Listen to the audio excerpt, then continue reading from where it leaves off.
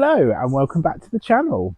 So in one of my previous videos I talked about this particular border that swings around this side of my garden, and this is my kind of arid section, and I've basically used quite a bit of sand and grit and everything to make it really well drained and to create the environment for these kind of more desert looking plants. So in one of my previous videos, I talked about the possibility of widening this border and trying to make it a little bit more interesting, reducing the lawn size a little bit, and just trying to give a little bit of space around these yucca rostratas. And what I've decided to do is I basically drew a few lines out on the borders just to see how that would actually look. And I've come to the conclusion that this is about as far as I want to bring the edge out. There's a few reasons for that. One is the irrigation pop-ups. There's one located just off to the side here. And if I have the edge over that, then it means relocating the pop-up completely, which I don't want to do because that actually is a good position for watering the garden. So yeah, basically what I've done is I've come up with the design here whereby it gives me a little bit more room in the bed without taking up too much of the lawn, and it does give these plants a little bit more space to kind of to sit naturally in that space. Obviously, because I've widened it a little bit, there is some flatter areas now where there's no plants at all.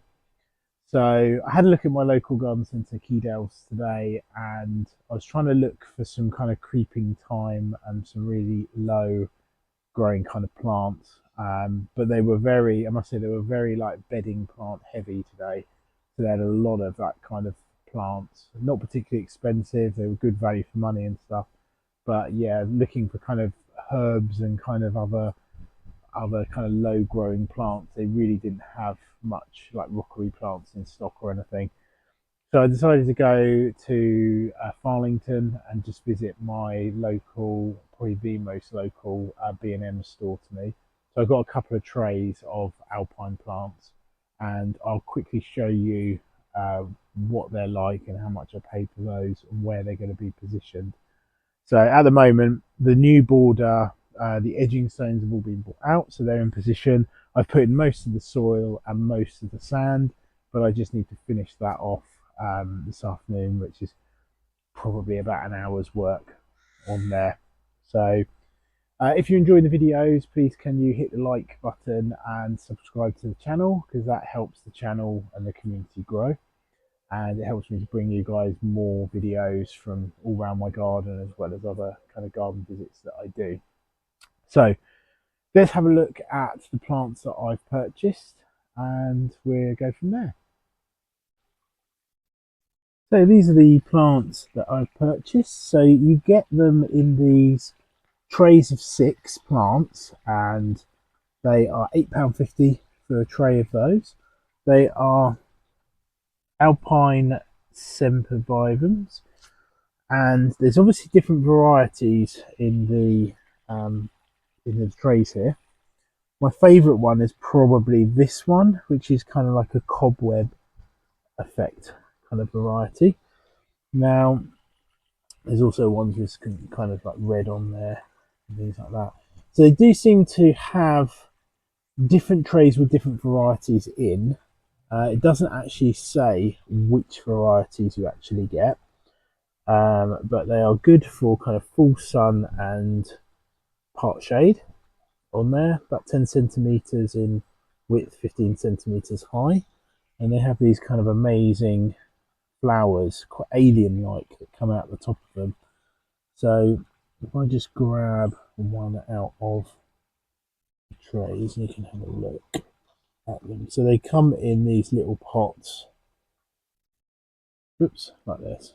So a little tiny pot there, and yeah, let's just have a look, make sure they're all kind of the same. So root system wise, you get, I'm trying to focus on here, you get good little root systems. Now these types of plants don't have huge roots anyway, they're quite shallow rooted. They are very, very good for hot locations as well, which is really handy. And I'll just show you how I use them in my tropical style garden, because I've got a couple of varieties around the garden. I use them to basically add depth and interest to the borders. So as we look under here, you can see them with the funky flowers coming up there. So I use them with the kind of pineapple lilies and the black grass there. And they're almost like coral type plants. And let's just have a look through here. So this is my walkway up to my kind of spa area. It's a bit hidden down here, but you can see the little flowers. You trim back some of the plants here. But they're quite cool to have in the garden. And as I say, they're used to add depth there. So use a bigger variety as well, which is featured in one of my other videos, which is called, I think, Othello. And you see these are huge ones, and I treat them like mini kind of agaves. You can see the main plant here, and then these are the babies off to the side. So you can pull these off and replant them.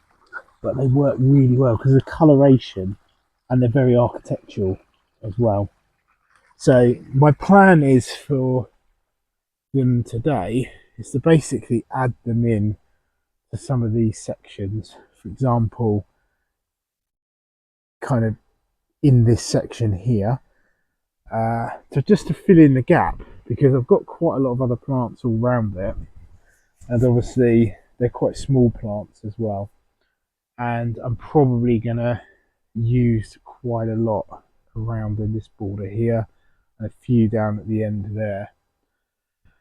The idea is, and these ones that I bought today from B&M are kind of like the green ones, so they're not too distracting, because ultimately, if you look at the design of the garden here, I don't want anything that's going to be too funky and kind of distracting to the lovely yuccas and the other plants behind, because you don't want the eye kind of drawn to them. You want them to kind of help help the border look nice and full and interesting without taking away from the plants that you've already got there. So, and I think that's what I will basically achieve with this. So yeah, so what I'll do now is I will bring in some more soil, level it all up a little bit, spread out the sand, and plant the new plants that I bought today. And here is the final result. So as you can see, the curve is a very nice natural curve, complements the rest of the shape of the garden here.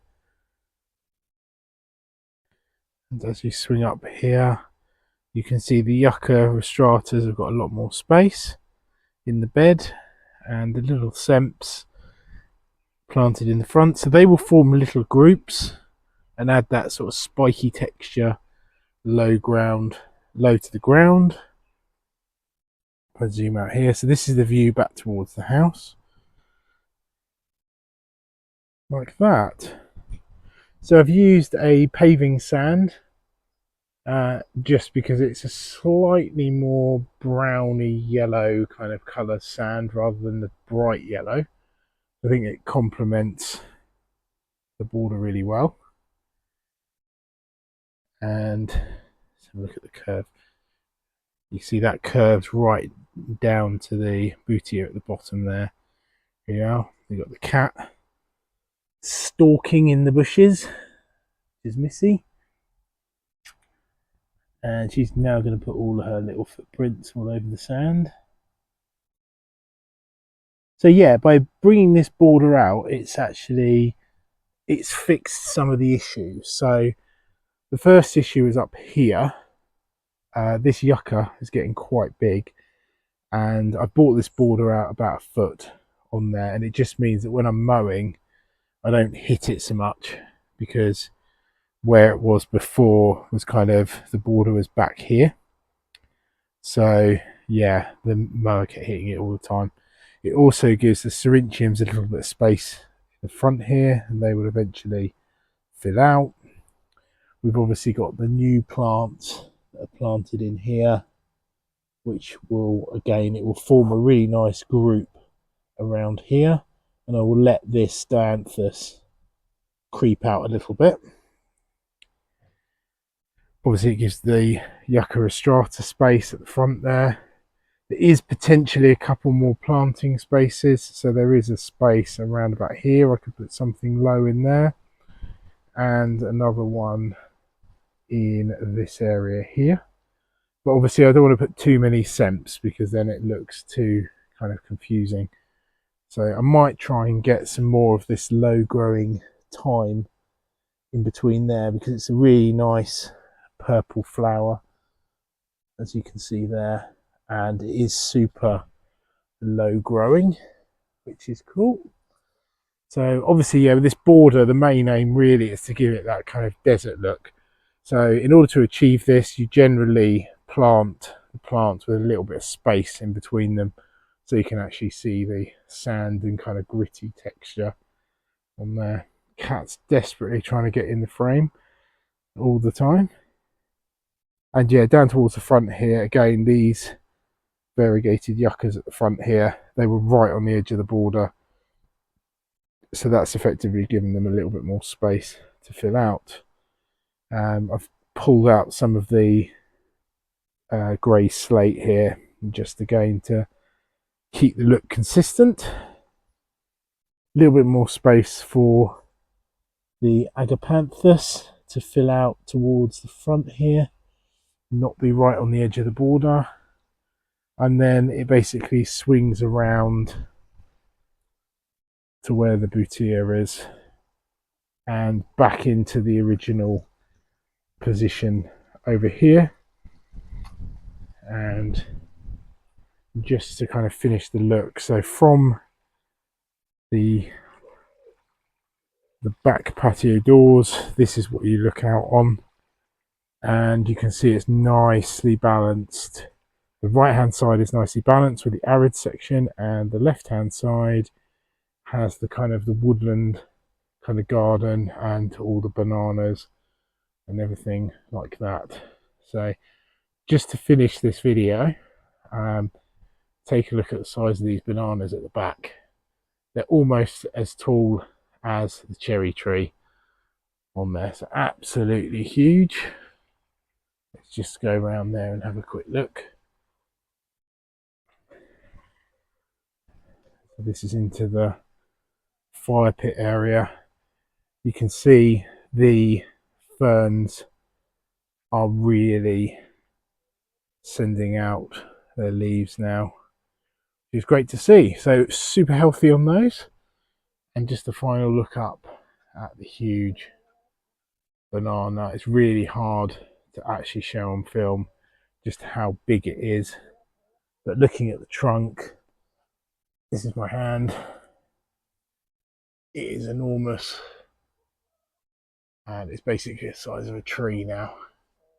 And where I've got it positioned here, it doesn't get too stripped by the wind. So yeah, pleased about that. So thank you very much for watching the video. Please like and subscribe as always, and I hope you've enjoyed looking at this new project. Thanks for watching.